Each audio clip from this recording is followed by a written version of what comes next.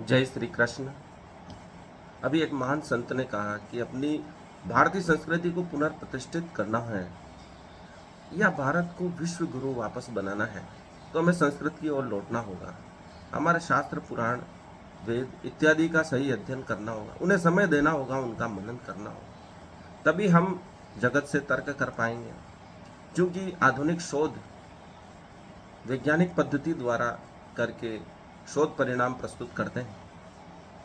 उन्हें सिर्फ बातों से समझाया नहीं जा सकता, उनको तर्क की कसौटी से वैज्ञानिक प्रयोगों द्वारा सिद्ध करके ही हम अपनी बात को प्रतिष्ठित कर सकते हैं, जो कि वैज्ञानिक शोध पर आधारित हो। उसके लिए आवश्यकता है कि हम अपने पुराने शास्त्रों का अध्ययन करें, और वो संस्कृत में लिखे हुए हैं, इसलिए संस्कृत को समझना, सीखना अत्यंत आवश्यक है। क्योंकि अमेरिका हो, जर्मनी हो, रशिया हो, हमारे वेद पुराणों का अध्ययन करने पे बहुत अधिक बल दे रहा है। उसके लिए यूनिवर्सिटियां बनाई गई हैं। भारत से विद्वान जा रहे हैं उन संस्कृत के अभिलेखों को पढ़ने के लिए। कई पांडुलिपियां जो विदेशियों के पास है, उनको समझने के प्रयास किए जा रहे हैं। श्रोडिंगर, हाइजेनबर्ग जैसे महान वैज्ञानिक उपनिषदों का अध्ययन करते थे और उससे अद्वैत के सिद्धांतों इत्यादि सिद्धांतों से प्रभावित होकर उन्होंने अपने वैज्ञानिक सिद्धांत दिए। क्योंकि वह अध्ययन कर रहे थे, उन्हें समय दे रहे थे, मनन कर रहे थे, इसलिए उनको समीकरणों से जोड़ पाए। इसलिए पंडित श्री राम शर्मा ने अध्यात्म और विज्ञान को मिलाने के लिए अखंड ज्योति पत्रिका निकाली, ताकि हम अध्यात्म और विज्ञान का समन्वय कर शोध पत्र प्रस्तुत कर सकें, रिसर्च पेपर प्रस्तुत कर सकें, थीसिस लिख सकें, उनको समीकरणों में व्याख्या कर सकें, ताकि हम आधुनिक तकनीक का निर्माण कर सकें।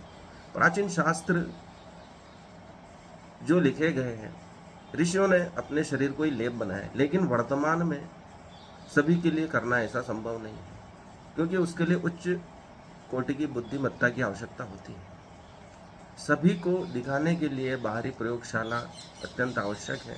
बाहरी परिणाम जो सब देख सकें वह आवश्यक है। उसके लिए अध्यात्म को विज्ञान से जोड़ना अत्यंत आवश्यक है। अर्थात हमारे जो प्राचीन शोध हैं उनको समीकरणों में गणितीय व्याख्या के साथ प्रस्तुत करना अत्यंत आवश्यक हो रहा है। तभी हम आधुनिक विज्ञान से नई तकनीक का उपयोग करते हुए नए उपकरण बना सकते हैं, जैसा कि महाभारत में वर्णित है, रामायण में वर्णित है, पुराणों में वर्णित है, किस प्रकार वे मंत्रों से शस्त्र बुला लेते थे और वापस चले जाते। ये गाइडेड मिसाइल का रूप वर्तमान में हम देख रहे हैं।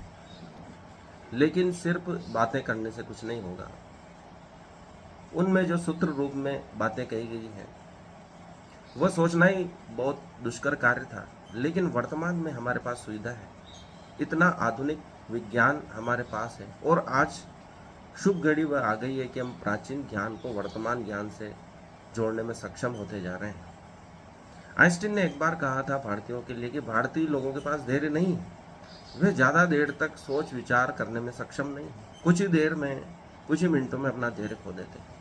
उन्होंने कहा था कि मुझे 1 घंटे का कार्य दिया जाए तो 55 मिनट में उसमें विचार करने में लगाऊंगा कि उसको सबसे उत्तम तरीके से कैसे किया जाए, उसके बाद 5 मिनट में वह कार्य कर देता हूँ। लेकिन भारतीय उतावले हो जाते हैं, चिंतन मनन करने की उनमें क्षमता नहीं है, ऐसा उन्होंने आरोप लगाया।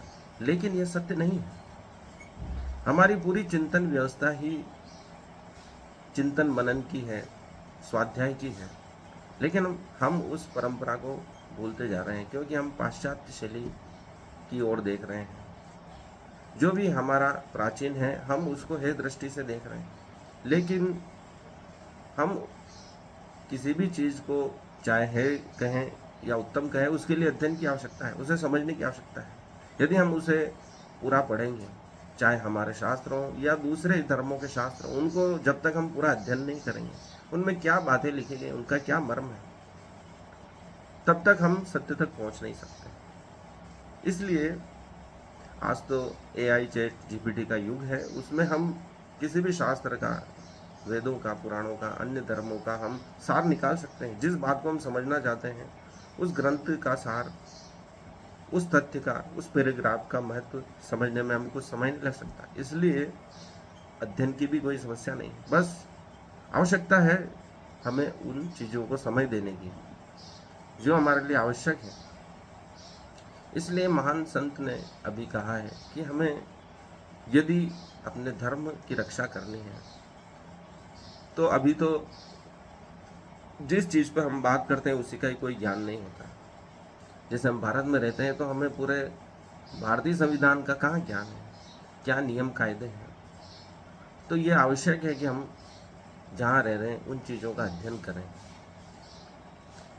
हमारे धर्म शास्त्र में क्या लिखा है उसको पढ़ें, उसका मर्म समझें, तभी हम दूसरों से तर्क वितर्क करें।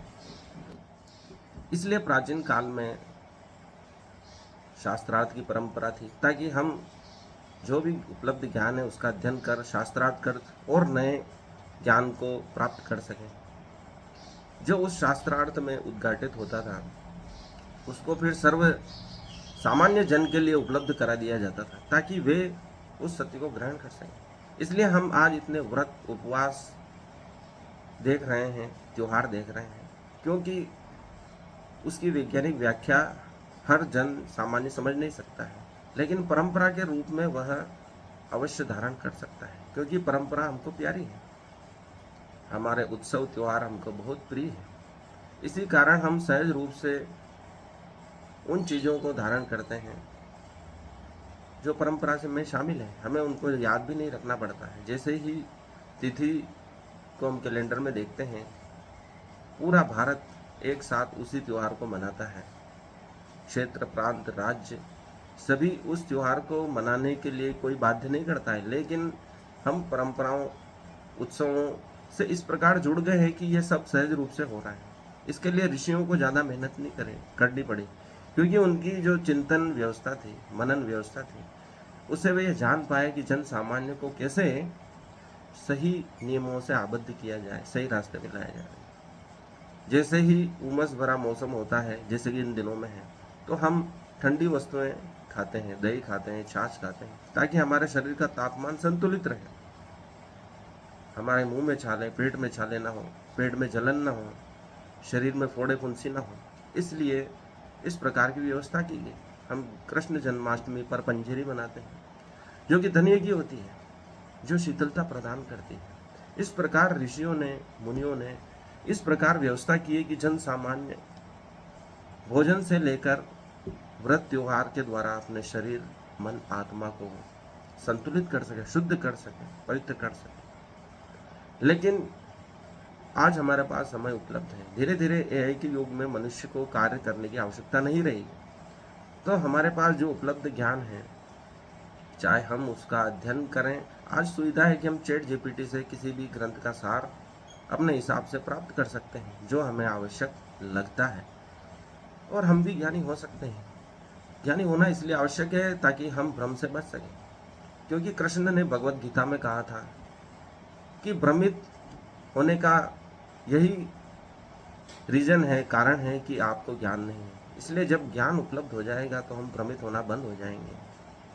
जिसको ज्ञान नहीं है वह भ्रमित रहता है, उसको संशय रहता है। भगवान गणेश का उत्सव चल रहा है। भगवान गणेश जी ने महाभारत लिखा, जो कि असीम धैर्य का परिचय देते हैं। क्योंकि महाभारत बहुत बड़ी है, इसलिए व्यास ऋषि जी बोले और गणेश जी ने लिखा, इसलिए इतनी सुंदर बन पाए, क्योंकि इससे उन्हें सोचने का अवसर मिल पाया। व्यास ऋषि ने कहा था कि आप जो भी लिखो बिना विचारे मत लिखना। इसलिए ये सोचने मनन चिंतन की परंपरा तो हमारे सदियों पुरानी है। इस प्रकार की तकनीक हम आज भी उपयोग करते हैं। सलीम जावेद कहते हैं कि उन्होंने कभी एक अक्षर नहीं लिखा, उनके लिए लिखने वाला एक असिस्टेंट होता था। वे सोचते जाते थे और बोलते जाते थे। इसी कारण वह शोले, दीवार जैसी महान फिल्में लिख पाए, क्योंकि उस तकनीक को वे जान पाए कि अगर मैं स्वयं लिखूंगा तो ज़्यादा विचार नहीं कर पाऊंगा। इसलिए गणेश जी को जब महाभारत जैसे विस्तृत ग्रंथ लिखने की प्रेरणा व्यास ऋषि द्वारा मिली, क्योंकि नारद जी ने कहा था कि इतना विशाल ग्रंथ है, और व्यास ऋषि ने चिंता व्यक्त की, मैं दोनों कार्य एक साथ नहीं कर पाऊंगा, मैं श्लोक जैसे ही मेरे मन में उतरता है मैं लिख नहीं पाऊंगा, क्योंकि ये बहुत तीव्र गति से हो रहा है। तो नारद जी ने सुझाया कि आप भगवान गणेश जी से निवेदन करें, क्योंकि इतना असीम धैर्य उनके पास ही है कि इतना विस्तृत ग्रंथ वे लिख पाए। तो व्यास जी ने उनकी बात मानी और गणेश जी से कहा, क्योंकि गणेश जी बहुत तीव्र गति से लिखते थे और इतनी तीव्र गति से उनके व्यास ऋषि के मन में भी श्लोक नहीं उतर रहे थे। तो उन्होंने कहा कि आप जो भी श्लोक लिखें गणेश जी, उसको विचार करके लिखें, होश पूर्वक लिखें। ऐसा नहीं कि मैं बोल रहा हूँ और लिख दें, उसमें कुछ त्रुटि हो तो मुझे बताएं भी सर। इस प्रकार व्यास जी को सोचने का अवसर मिल जाता और वे महाभारत जैसा महत्वपूर्ण ग्रंथ लिख पाए। यही तकनीक हम सलीम जावेद, जो भारतीय फिल्म के लेखक हैं, उन्होंने अपनाई और सफल लेखांकन करवाया, क्योंकि उनको सोचने का अवसर मिला। जब तक सामने वाला लिखता था वे कुछ और नया सोच लेते, कुछ बेहतरीन सोच लेते, तुलना कर लेते कि हाँ ये लिखना ठीक रहेगा। यही तकनीक आज भी कई लोग अपनाते हैं, सफल लेखक अपनाते हैं और वे जीवन में काफ़ी सफल हैं। गणेश जी और व्यास ऋषि की कथा से हमको यही शिक्षा मिलती है कि दो व्यक्ति मिलकर किसी भी महान उद्देश्य को पूरा कर सकते हैं। महाभारत जैसा ग्रंथ आज भी पढ़ा जाता है, 5000 वर्ष पूर्व लिखा गया और सदियों तक पढ़ा जाता रहेगा, क्योंकि उसमें ऐसी बातें हैं, ऐसा इतिहास है जो बिल्कुल सही रूप में व्यास जी ने लिखा और गणेश जी ने उनको बिल्कुल सही तरीके से लिखा। इसलिए हमको आज भी इतना प्रिय है और कहते हैं कि उसमें जो प्रसंग है, इतिहास है, उसके बाहर दुनिया में कोई और कहानी या प्रसंग नहीं है। जो कुछ भी है सब महाभारत में है। दूसरों की कंपनियां हमेशा चला नहीं करती है, दूसरों की कंपनियां हमेशा चला नहीं करती है, क्योंकि उनमें हमेशा उनकी मर्जी चला करती है, क्योंकि उनमें हमेशा कंपनी मालिकों की मर्जी चला करती है। वे कब चाहे क्या हो, वे कब बंद हो कब चालू हो, ये कंपनी मालिक को ही पता हो। इसलिए शास्त्रों में भी कहा गया है, पर हस्त गतम धनम पुस्तकस्ता तू या विद्या पर हस्त गतम धनम कार्य काले समुत्पन्ने न सा विद्या न तद्धनम। दूसरों के हाथ में दिया हुआ धन और पुस्तकों में रखी हुई विद्या कार्य जब पड़ता है, जब समय आता है तो बिल्कुल काम नहीं देती है। न तो विद्या काम देती है, न धन काम देता है। इसलिए हम जिसको उधार देते हैं वो कभी समय पर हमको वापस पैसे नहीं लौटाता है। और पुस्तकों में रखी विद्या को हम अध्ययन नहीं करते हैं तो परीक्षा में हम एक भी अक्षर लिख नहीं पाते हैं, क्योंकि वो तो पुस्तकों में है। इसलिए महान संत ने अभी हमारी पुस्तकों का अध्ययन करने के लिए कहा है, ताकि हम वह विद्या का उपयोग कर जन सामान्य को एक नई दिशा दे सके, क्योंकि जन सामान्य खुद इतना बौद्धिक रूप से सक्षम हो गया है, उनको पहले से ही इतना सारा ज्ञान है कि वह किसी संत महात्मा से ज़्यादा चैट जीपीटी, यूट्यूब इत्यादि से ज्ञान बटोर रहा है। उनको ऐसा सत्य चाहिए जो उनकी आत्मा को एक नई दिशा दे सके, परम सत्य की ओर ले जा सके। उसके लिए आवश्यक है उन महान ऋषियों जिन्होंने हजारों वर्षों तक तप किया और उसके बाद उन मंत्रों के रूप में उनकी चेतना में अवतरण हुआ उन श्लोकों का, और उन्होंने लिखा मानव जाति के लिए। जैसा कि उपनिषद पढ़कर पाश्चात्य लोग सिर पर रखकर नाचने लगे, वैसे ही चिंतन मनन की आवश्यकता भारतीय जनमानस को पुनः है, क्योंकि आज की पीढ़ी इतनी बुद्धिमत्ता से संपन्न है, उनको समझाने के लिए भी वैसे ही उच्च कोटि के ऋषि संत होने चाहिए जो उनकी जिज्ञासा को शांत करें। इसलिए उपनिषदों का प्रथम सूत्र ही है अथो जिज्ञासा, मतलब शिष्य जिज्ञासा व्यक्त करता है और गुरु उसकी इस जिज्ञासा को शांत करता है। लेकिन गुरु भी उसी उच्च कोटि का होगा तभी शिष्य की जिज्ञासा शांत करवाए, क्योंकि आज शिष्य इतने ज्ञानवान हो गए हैं कि उनकी जिज्ञासा को कोई भी सामान्य व्यक्ति शांत नहीं कर सकता है। स्वामी विवेकानंद पूरे विश्व का ज्ञान बटोर कर रामकृष्ण परमहंस के पास आए।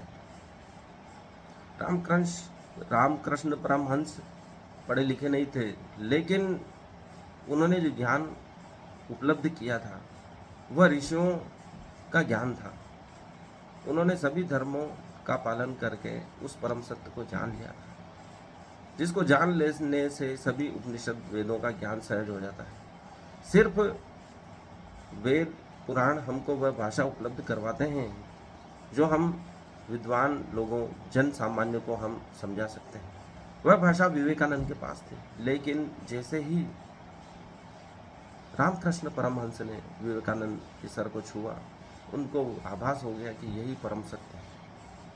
वो चाहे कितने ही ज्ञानवान थे, उस युग में उनके समान ज्ञानी और बेहतरीन याददाश्त वाला व्यक्ति इस पृथ्वी पर मौजूद नहीं था। लेकिन वो भी रामकृष्ण परमहंस का भक्त हो गया, क्योंकि वह साक्षात काली के दर्शन करते थे और विवेकानंद को भी काली के दर्शन करवा दिए थे और ध्यान को उपलब्ध करवा दिया था, क्योंकि वे उन सब चीज़ों को जानते थे जो एक ऋषि जानते हैं। इस बात को विवेकानंद समझ गए कि यही परम सत्य है, देवी चेतना इनमें अवतरित हुई है, इन्हीं के सानिध्य में मेरा उद्धार हो सकता है। लेकिन यह पुस्तकों में रखे ज्ञान और उधार दिए धन के समान नहीं था। उस धन का उन्होंने उपयोग किया, उस ज्ञान का उन्होंने उपयोग किया और स्वयं को इतना सक्षम बनाया कि वह न्यूयॉर्क में उस सभा को संबोधित कर पाए विवेकानंद, जिससे सारा विश्व हतप्रभ हो गया कि भारत के पास भी ऐसा कुछ हो सकता है। विषय शून्य दिया, लेकिन शून्य से ही उन्होंने शुरुआत की कि पूरे विश्व को शून्य अगर नहीं दिया जाता तो अंतरिक्ष की ऊंची उड़ान संभव नहीं थी। इसके लिए आवश्यकता है गुरु को पूरी तरह समर्पित होने की। हम निढाल हो जाएं, बेहाल हो जाएं, बिल्कुल शून्य चेतना हो जाएं, निढाल हो जाएं, बिल्कुल बेहाल हो जाएं, बिल्कुल शून्य हो जाओ, हाथ पैर बिल्कुल हमारे काम नहीं कर रहे हो, वैसे गुरु की शरण में आने पर हमारा हाल हो जाना चाहिए। वैसे हो जाओ तब ज्ञान उतरता है। गणेश जी का सिर का उतरना और नया सिर लगना, ये एक महत्वपूर्ण संदेश है। एक हमको कहानी संदेश देती है कि गणेश जी का सिर चला जाना और नया सिर आना, अर्थात हमारा जो पुराना सिर है वही बाधा है, क्योंकि उसमें पुराना ज्ञान भरा है। पुराना ज्ञान है वह कचरा है, वह खाली होगा तभी नवीन ज्ञान उतरेगा। सिर बदलने की घटना यही सिद्ध करती है कि यह हमारा पुराना ज्ञान कभी काम आने वाला नहीं है। पुराना सिर बदलना होगा, तभी गणेश जी इतने बुद्धिमान हुए, इसलिए उन्हें बुद्धि का दाता कहा गया है। उनसे ज़्यादा बुद्धि इस ब्रह्मांड में किसी देवता के पास नहीं है, किसी व्यक्ति के पास नहीं है। तो उसका कारण यही है कि उनका जो पुराना ज्ञान था, अर्थात पुराना सिर चला गया, उसका एक कण मात्र भी, एक कोशिका मात्र भी ज्ञान की उन्होंने रखी नहीं, क्योंकि उस ज्ञान को जब तक हम छोड़ेंगे नहीं, नया ज्ञान उतर नहीं सकता। जैसे मटके में पुराना जल भरा हुआ है, जब तक हम उसको खाली नहीं करेंगे, नल से हम नया जल नहीं भर सकते। इसलिए पुराना ज्ञान को उसी क्षण हटाना होगा। उनकी कहानी ये संदेश देती है कि हमें एक क्षण भी पुराना ज्ञान संजोगे नहीं रखना है, क्योंकि हर परिस्थिति नई आती है, उसके लिए नई चेतना की आवश्यकता होती है, नई बुद्धिमत्ता की आवश्यकता होती है, नए विचार की आवश्यकता होती है, नए तर्क की आवश्यकता होती है। पुराना ज्ञान कभी काम नहीं देगा, उसके लिए हमें नए समाधान ढूंढने होंगे। आपके लिए जो समस्या है वही समस्या दूसरों के लिए अलग ढंग से स्वरूप प्रकट करती है, इसलिए आप अनोखे ढंग से अपनी समस्या को हल करते हैं, इसलिए आपकी बुद्धिमत्ता ही उस समस्या के लिए काम आएगी। गणेश जी ने सिर काटने के बाद भी शिव जी के प्रति उनके भेदभाव उत्पन्न नहीं हुआ, बल्कि वे उन्हें गुरु के रूप में धन्य भाव से धन्यवाद देते हुए प्रतीत हुए, क्योंकि उसके बाद जो उन्हें ज्ञान मिला वह कार्तिकेय इत्यादि देवताओं से वे श्रेष्ठ हुए और प्रथम पूजन के अधिकारी बने। इसलिए उनको गणनायक कहा गया है, इसलिए उनको गणपति कहा गया है, क्योंकि वह सर्वश्रेष्ठ हो गए थे। उनसे ज़्यादा बुद्धिमान शक्तिमान व्यक्ति कोई ब्रह्मांड में नहीं था जो देवताओं को नियंत्रित कर सके, मनुष्यों को नियंत्रित करते हैं, इस ब्रह्मांड को नियंत्रित कर सके। इसलिए सबसे पहले पूजा हम गणपति की करते हैं, ताकि सब कार्य शुभ हो, बिना विघ्न के संपन्न हो। निर्विघ्नं कुरु देव कुरमे देवा, इसलिए कहा गया है।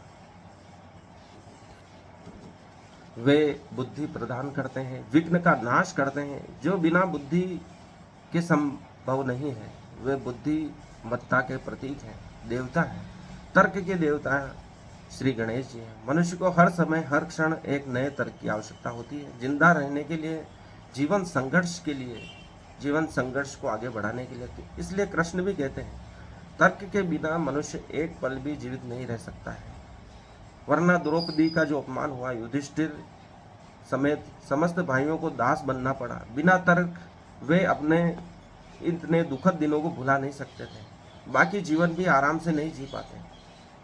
यह हमें हार को हजम करना सिखाता है, अपमान का घूंट पीना सिखाता है, उसके बाद भी वे सफल हुए और अधिक सफल हुए, यह शिक्षा हमें मिलती है। आज भारतीय संस्कृति में हम भारतीय लोगों में प्रवृत्ति की जो एक बार फेल हो जाता है, हम उसके परिवार वाले और आसपास के लोगों से कोसते हैं कि तू अब कभी सफल नहीं हो। लेकिन महाभारत की यह कहानी हमें सीख देती है कि चाहे कितनी बार हम हार जाए, हम सफल हो सकते हैं और उससे ज़्यादा सफल हो सकते हैं। क्योंकि एक बार गुब्बारे को फुलाने के बाद जब हवा निकलती है तो पहले जैसा नहीं रहता है, उसमें फैलाव हो जाता है, अर्थात उसमें और ज़्यादा सफलता समाने की क्षमता बढ़ जाती है। इसलिए हार का तात्पर्य यह नहीं है कि आप हमेशा हारो। कोई कितना ही कहे कि तुम जीत नहीं सकते, लेकिन जितनी हार बड़ी होगी उतनी जीत भी भविष्य की बड़ी होगी, क्योंकि आपकी पात्रता को विकसित करेगी। जितना बड़ा पात्र होगा उसमें ज़्यादा सफलता समाएगी।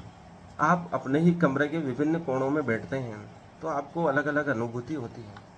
इसी कारण से ये कोण दिशाएं आपको प्रभावित करती हैं। इसी कारण से विभिन्न कोणों का महत्व ज्योतिषियों ने बताया है, शास्त्रों में बताया है, गणेश जी ने बताया है। ईशान कोण, आग्नेय कोण, नैऋत्य कोण, वायव्य कोण, ये सभी हमें प्रभावित करते हैं और भगवान गणेश इन सभी दिशाओं को भी नियंत्रित करते हैं। इसलिए हर परिस्थिति का आनंद लें, उन्हें धन्यवाद दें। जो भी घटना आपके साथ घट रही है, जो भी आपके पास उपलब्ध है, उससे संतुष्ट रहें। जो जैसी वस्तु है, मनुष्य है, उनके साथ रहें, उनको धन्यवाद दें। गणेश जी हमें ये शिक्षा देते थे, क्योंकि उनके पास गणेश जी का जो परिवार है, शिव जी का परिवार है, उसमें सभी भूत प्रेत इत्यादि रहते हैं, लेकिन सभी मस्ती से रहते हैं, कोई किसी का विरोध नहीं करता है। इसलिए जो उपलब्ध संसाधन है, लोग हैं, उनसे ही हमें आगे बढ़ना होगा। गणेश जी ये हमें बेहतरीन ढंग से समझाते हैं, क्योंकि वे गणनायक है, गणपति है। उनके परिवार में सभी प्रकार के व्यक्ति हैं, लेकिन वे कभी अफसोस जाहिर नहीं करते हैं या अपना धैर्य नहीं खोते हैं कि मुझे ऐसे लोग मिलें, ऐसे संसाधन मिलें। वे उसी से पूरे ब्रह्मांड को जीत सकते हैं, अपने साधनों से। इसलिए जो साधन मिले हैं उससे संतुष्ट रहना हमें गणेश जी सिखाते हैं। क्योंकि शिव की पूरी प्रक्रिया यही है, क्योंकि हर चीज़ धीरे धीरे नष्ट हो रही है और शिव उस विनाश की प्रक्रिया के प्रतीक है। वे उस विनाश का भी आनंद ले रहे हैं और ये समझ हमको प्रदान कर रहे हैं कि वे आनंद लेने में सक्षम है उस विनाश का, जिससे हम डरते हैं। शिव ऐसी जगह बैठे हैं जहाँ लगातार हिम प्रस्तर खंड गिर रहे हैं, हर पल चंग और विनाश घटित हो रहा है और वे शांत बैठे हैं, ध्यान कर रहे हैं। उनसे बड़ा ध्यानी इस ब्रह्मांड में कोई नहीं। इस विनाश लीला के बीच में भी वह कैसे सहज रह सकते हैं, ध्यानी बन सकते हैं। इसलिए शिव जी कैलाश पर विराजे हैं और हम हिमालय पर जाकर महसूस करते हैं कि वह कितना अत्यंत कोमल व क्षणभंगुर है, जो कभी भी टूट कर अपने हिस्सों को गिरा सकता है, बिखेर सकता है, कभी भी बाढ़ ला सकता है, बादल वहाँ फट सकते हैं। वह सब कुछ पहले जैसा बनाने में सक्षम है, क्योंकि विनाश के बाद ही नवनिर्माण का होता है। भगवान शिव हमें ये संदेश देते हैं। इसलिए हिमालय पर घर बनाना संभव नहीं है, बना भी लिए तो उनका टिकना संभव नहीं है। कभी भी हम प्रकृति को जीत नहीं सकते हैं, क्योंकि प्रकृति कभी भी अपनी लीला के द्वारा उनको लील सकती है। इसलिए मानव गतिविधियां वहाँ सीमित रखी जाए, ऐसे प्रयास सदियों से वहाँ हुए हैं। इसलिए हमारे ऋषियों ने हरिद्वार से ही कहना शुरू कर दिया कि इसके बाद देवताओं का क्षेत्र है, वहाँ आप रह नहीं पाएंगे। अगर आप वहाँ जाते हैं तो वे चीज़ें बहुत ही हल्की हैं, कोमल हैं, क्षणभंगुर हैं। मानव गतिविधियां बढ़ाए तो विनाश लीला प्रारंभ हो जाएगी, क्योंकि यह शिव जी का क्षेत्र है, देवताओं का क्षेत्र है। वहाँ मानव गतिविधियां सीमित होनी चाहिए। वह पूरा नाजुक पहाड़ों से निर्मित है। हिमालय क्षेत्र कहा गया है कि वहाँ देवता विराजते हैं, वहाँ मानवों का प्रवेश वर्जित है। हरिद्वार से आगे देवताओं का क्षेत्र बताया गया है। प्राचीन कथाओं में, इतिहास में, पुराणों में यह कहा गया है कि हरिद्वार के बाद से देवताओं का क्षेत्र प्रारंभ होता है। इसलिए प्राचीन लोग मानते हैं कि यह पूरा क्षेत्र नाजुक पहाड़ पर टिका है। मानव गतिविधियां सीमित होनी चाहिए। ज़्यादा मानव से वह और अस्थिर होकर टूट सकते हैं। अति वर्षा, बादलों का फटना वहाँ की सामान्य घटना है, इसलिए ऐसी जगह पर रहना संभव नहीं है। फिर भी हम मानव गतिविधियां बढ़ाकर उस व्यवस्था को हम भंग कर रहे हैं, जिसके कारण ही इतनी विनाश लीलाएं हो रही हैं। दूसरों की आलोचना से मन दुखी होता है, इसलिए गणेश जी कभी किसी की आलोचना नहीं करते। जो जैसा मिला है उसकी प्रशंसा ही करते हैं, उसे धन्यवाद देते हैं। हम एक स्थान पर रहना चाहते हैं, सब कुछ अपने आसपास ही चाहते हैं। वॉरेन बफेट कभी अपने घर से बाहर नहीं निकलते हैं। वह अपनी वर्ष की एक मीटिंग भी ऑनलाइन लेते हैं। हम कहीं नहीं जाना चाहते हैं, कुछ भी लेने के लिए या काम करने के लिए। गणेश जी हमको ये शिक्षा देते हैं कि आप जहाँ उपस्थित हैं वहाँ अपने कर्म को मजबूत करो, 100% अपना समय दो, ऊर्जा दो, तो सब सफलताएं आप जहाँ हैं वहीं आनी शुरू हो जाएंगी। आप जहाँ मौजूद हैं वहीं तीर्थ निर्मित होने लगेंगे। उसके लिए आवश्यक है कि हम सोच विचार से मुक्त हों। हम अपनी परिस्थितियों को न कोसें कि हमको ऐसे लोग मिले हैं, ऐसा परिवार मिला है, ऐसे संसाधन मिले हैं, ऐसा क्षेत्र मिला है। ये कब सब संभव होगा? जब हम कुछ भी नहीं सोचते हैं, तभी हम सीखना प्रारंभ कर सकते हैं, तभी हम सीखते हैं। इसलिए सोच विचार से मुक्त होना ही ध्यान ऋषियों ने कहा है। जब हम बिल्कुल सोच विचार से मुक्त हो जाते हैं तभी असली ज्ञान प्रकट होता है। कुबेर के यहाँ जो बोझ हुआ, गणेश जी ने मना किया था कि मैं कहीं जाता नहीं हूँ, अपने घर का ही भोजन करता हूँ, लेकिन वे नहीं माने और उन्होंने लीला रची। उसके पूरे घर का भोजन समाप्त हो गया। फिर वह घर जाकर ही माता पार्वती के भोजन से संतुष्ट हुए। आज हम देखते हैं कि जो घर में उपलब्ध भोजन है उसे हम संतुष्ट नहीं हैं। हमें अतिरिक्त प्रोटीन की आवश्यकता है, सप्लीमेंट की आवश्यकता है। आज सप्लीमेंट, प्रोटीन सप्लीमेंट इत्यादि की बाढ़ आई हुई है। हालांकि यह सवाल नहीं है कि किस प्रोटीन सप्लीमेंट में क्या खास है, मुद्दा यह है कि किसी को प्रोटीन सप्लीमेंट की जरूरत है या नहीं। इसका उत्तर है कि अधिकांश आबादी को इसकी बिल्कुल जरूरत नहीं है, क्योंकि आवश्यक प्रोटीन स्वस्थ और संतुलित भोजन से प्राप्त किया जा सकता है। अतिरिक्त प्रोटीन हमारे शरीर के लिए बेकार है, क्योंकि यह हमारे शरीर के लिए ऊर्जा का एक अतिरिक्त स्रोत मात्र है। केवल विशिष्ट व्यक्तियों के लिए यह उपयुक्त है, जैसे कि गर्भवती महिलाएं जिनकी भूख कम हो जाती है, या कोई व्यक्ति जो दीर्घकालिक बीमारी से ग्रस्त है या किसी कारण से पर्याप्त भोजन नहीं कर पा रहा है। कुछ लोगों जैसे कि वे गुर्दे की बीमारी से ग्रस्त हैं के लिए तो प्रोटीन सप्लीमेंट बिल्कुल नुकसानदेह हो सकता है। जिन्हें गुर्दे की बीमारी है उन्हें प्रोटीन सप्लीमेंट नहीं लेना चाहिए, क्योंकि यह उसकी बीमारी को और बढ़ाएंगे। स्पष्ट रूप से यदि स्वस्थ लोग अतिरिक्त प्रोटीन सप्लीमेंट लेते हैं तो उन्हें अधिक कीमत पर बहुत कम लाभ होता है। पैसा भी बहुत ज़्यादा लगता है और लाभ भी बहुत कम होता है। उस अतिरिक्त प्रोटीन को हमारा शरीर पचा नहीं पाता है, काम में नहीं ले पाता है। अमेरिका जैसे देशों में विटामिन सहित विभिन्न प्रकार के सप्लीमेंट प्रचलन में है। भारत में भी इस तरह की संस्कृति विकसित हो रही है। लोग विटामिन और कई अन्य सप्लीमेंट का सेवन कर रहे हैं।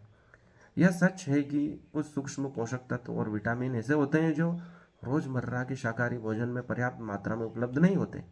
इसलिए दूध जैसे रोजमर्रा के खाद्य पदार्थों में विटामिन ए या डी जैसी जरूरी विटामिन की पूर्ति के लिए कुछ सरकारी पहल भी की गई है। इसके अलावा ज़्यादातर स्वस्थ लोगों को किसी सप्लीमेंट की जरूरत नहीं होती। समय आ गया है कि हम समाज के रूप में सप्लीमेंट के बाजार पर विचार करें। सरकारों को सप्लीमेंट की जरूरत और संभावित नुकसान के बारे में जागरूकता बढ़ाने और शिक्षित करने की आवश्यकता है। इन उत्पादों के विपणन के बेहतर नियमन आवश्यक हैं। सेलिब्रिटीज़ को भी अपनी सामाजिक और नैतिक जवाबदेही का एहसास करना होगा, क्योंकि वे स्वयं अपने प्रोडक्ट प्रोटीन सप्लीमेंट इत्यादि का निकाल रहे हैं। उनका कोई विशेष लाभ नहीं है, क्योंकि शरीर बाहरी कृत्रिम भोजन को एकदम स्वीकार नहीं करता है और अपने शरीर में स्टोर भी नहीं कर पाता। उनको ज्यों का त्यों शरीर में से बाहर वापस निकाल देता है। उसके साथ भी नई स्टडी आई है कि हम दर्द निवारक दवाओं के साथ एंटीबायोटिक लेते हैं तो उनका एंटीबायोटिक का असर कम हो जाता है। दर्द निवारक दवाएं जैसे आइब्रूफेन और पैरासीटामोल अगर एंटीबायोटिक के साथ ली जाए तो बैक्टीरिया में अधिक बदलाव होते हैं। इससे वे ज़्यादा ताकतवर और एंटीबायोटिक के प्रति प्रतिरोधी हो जाते हैं। यह खुलासा यूनिवर्सिटी और साउथ ऑस्ट्रेलिया की एक नई स्टडी से हुआ है। स्टडी के नतीजे NPJ anti microbial and resistance journal में छपे हैं।